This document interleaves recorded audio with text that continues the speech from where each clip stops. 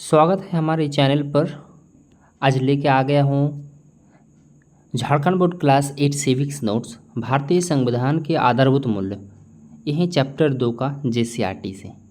चलिए क्वेश्चन पर आते हैं। फर्स्ट क्वेश्चन है, रिक्त स्थानों को पूर्ति कीजिए। ब्लैंक्स को भारत एक संप्रभु राष्ट्र बन गया था। दोस्तों 26 जनवरी 1950 को 26 जनवरी 1950 को ये एक संप्रभु राष्ट्र बन गया है। ठीक है।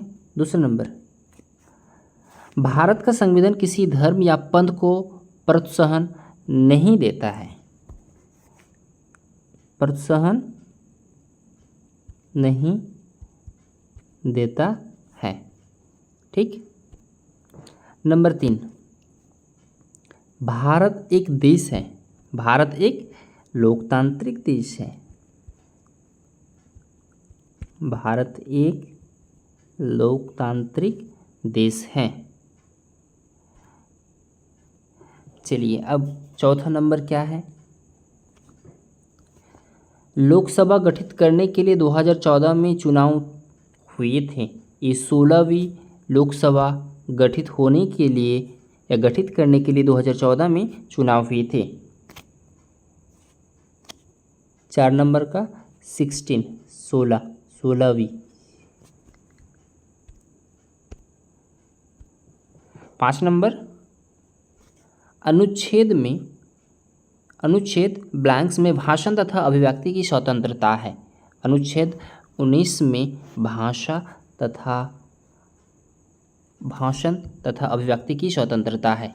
नंबर 6 क्या है, समानता के सिद्धांत के आधार पर छुआछूत को दंडनीय अपराध घोषित किया गया। इसका आंसर हो जाएगा छुआछूत।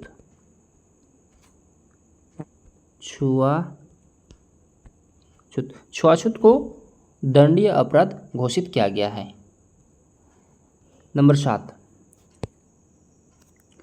7 क्या है, अनुच्छेद ब्लैंक्स के अंतर्गत सभी नागरिकों को यह कर्तव्य है कि भारत की संप्रभुता, एकता व अखंडता की रक्षा करे। 51 को यह आंसर दिया गया है, आप देख सकते हैं। पहला नंबर का आंसर है 26 जनवरी 1950। दूसरा नंबर है नहीं देता। तीसरा नंबर लोकतांत्रिक। चौथा नंबर 16वीं। 5वां नंबर है 19। 6 नंबर है छुआछूत और 7वां नंबर 51 का क। ठीक है। चलिए अब दूसरा नंबर आते हैं। निम्न प्रश्नों के संक्षिप्त में उत्तर दीजिए। पंथ निरपेक्षता से क्या तात्पर्य है।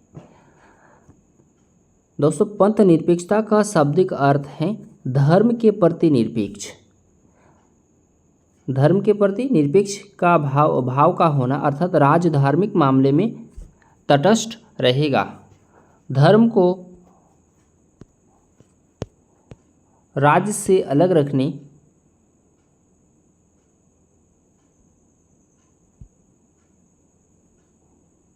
की अवधारणा को ही पंथ निरपेक्ष कहते हैं। 2 नंबर क्या है, भारत में लोकतंत्र है कैसे। भारत में लोकतंत्र का तात्पर्य है जनता द्वारा राजशक्ति का प्रयोग। ठीक है। भारत में जनता सर्वोच्च है और बहुमत के निर्णय द्वारा शासन संचालित होता है। सार्वभौमिक वयस्क मताधिकार द्वारा जनप्रतिनिधि चुनकर शासन संचालित होता है। जनता 5 वर्ष बाद शासन को बदल सकती है। इस प्रकार स्पष्ट है कि भारत लोकतंत्र है। ठीक।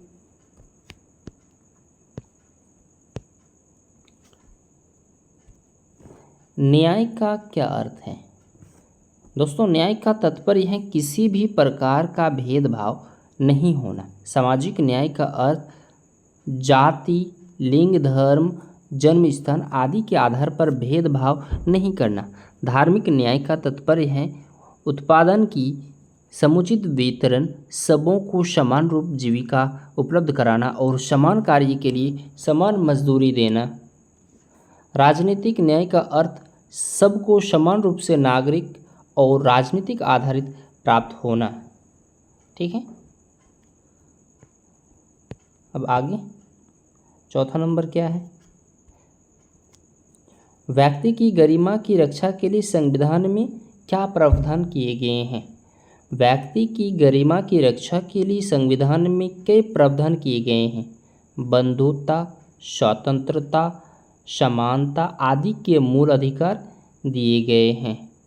ठीक, सभी नागरिकों को जीविका के पर्याप्त साधन, काम की न्यायसंगत एवं मनोवोचित दशाएं उपलब्ध कराना सरकार का दायित्व बना गया है। अनुच्छेद 17 और 32 भी व्यक्ति की गरिमा की अभिवृद्धि में सहायक हैं। चलिए आगे 5 नंबर, संविधान में कौन से आधारभूत मूल्य निर्धारित किए गए हैं? भारतीय संविधान में संपूर्ण प्रभुत्व संपन्न समाजवादी, धर्मनिरपेक्ष लोकतंत्र, गणतंत्र, सामाजिक न्याय, आर्थिक न्याय, राजनीतिक न्याय, विचार अभिव्यक्ति, विश्वास, धर्म और उपासना की स्वतंत्रता, प्रतिष्ठा और अवसर की समानता, व्यक्ति की गरिमा, राष्ट्र की एकता व अखंडता, बंधुता आदि आधारभूत मूल्य निर्धारित किए गए हैं। ठीक, आइए चर्चा करें। राष्ट्र की अखंडता को कैसे बनाए रखा जा सकता है? कोई 3 सुझाव दीजिए। राष्ट्र की अखंडता को बनाए रखने के निम्न उपाय किए जा सकते।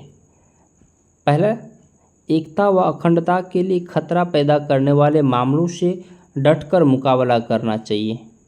दूसरा, स्वार्थी व देशद्रोही तत्वों पर सख्त कार्रवाई होनी चाहिए।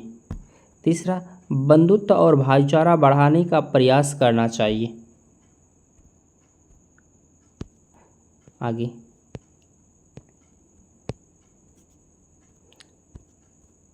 प्रस्तावना हम भारत के लोग वाक्यांश से शुरू होती है। इस वाक्यांश से क्या तात्पर्य है? हम भारत के लोग वाक्यांश से यह बताने का प्रयास है कि हमारा संविधान जनप्रतिनिधि या संविधान सभा मात्र द्वारा ही निर्मित और नियमित नहीं है, बल्कि यह संपूर्ण भारत की जनता का संविधान है। जनप्रतिनिधि के साथ साथ सामान्य जनता की सहभागिता और विचार अभिव्यक्ति संविधान के निर्माण में लगी थी। अर्थात यह संविधान के सभी भारतीयों के लिए है। ठीक, 5 नंबर क्या है? संविधान में भारत को एक पंथ निरपेक्ष गणराज्य घोषित किया गया। इसके पीछे क्या कारण हो सकते हैं? इसके पीछे कारण क्या है? भारत विविध धर्म उपलब्धियों का देश है। यहाँ अनेकों उपासना पद्धति प्रचलित हैं। व्यक्ति की गरिमा को सुरक्षित रखना अनिवार्य है। स्वतंत्रता, समानता, बंधुत्व आदि का आदर्श राजकीय धर्म रहने पर संभव नहीं है। यह राष्ट्रीय एकता और अखंडता के लिए भी खतरा है। इन्हीं सब कारणों से संविधान में भारत को एक पंथ निरपेक्ष गणराज्य घोषित किया गया है। लास्ट क्वेश्चन, भारत एक संप्रभु राष्ट्र है, स्पष्ट कीजिए। दोस्तों, भारत एक संप्रभु राष्ट्र है, इसका स्पष्ट करना है। संप्रभु राष्ट्र का तात्पर्य है उस राष्ट्र के आंतरिक और विदेश मामलों में किसी अन्य राष्ट्र का दखल नहीं होना चाहिए। आंतरिक तथा विदेशी मामलों में भारत सरकार सार्वभौम और स्वतंत्र है। विधि की दृष्टि से भारत के ऊपर ना तो किसी आंतरिक शक्ति का दबाव है और ना किसी बाहरी शक्ति का।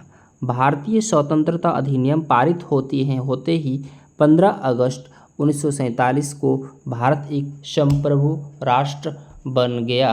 धन्यवाद। Thank you for watching.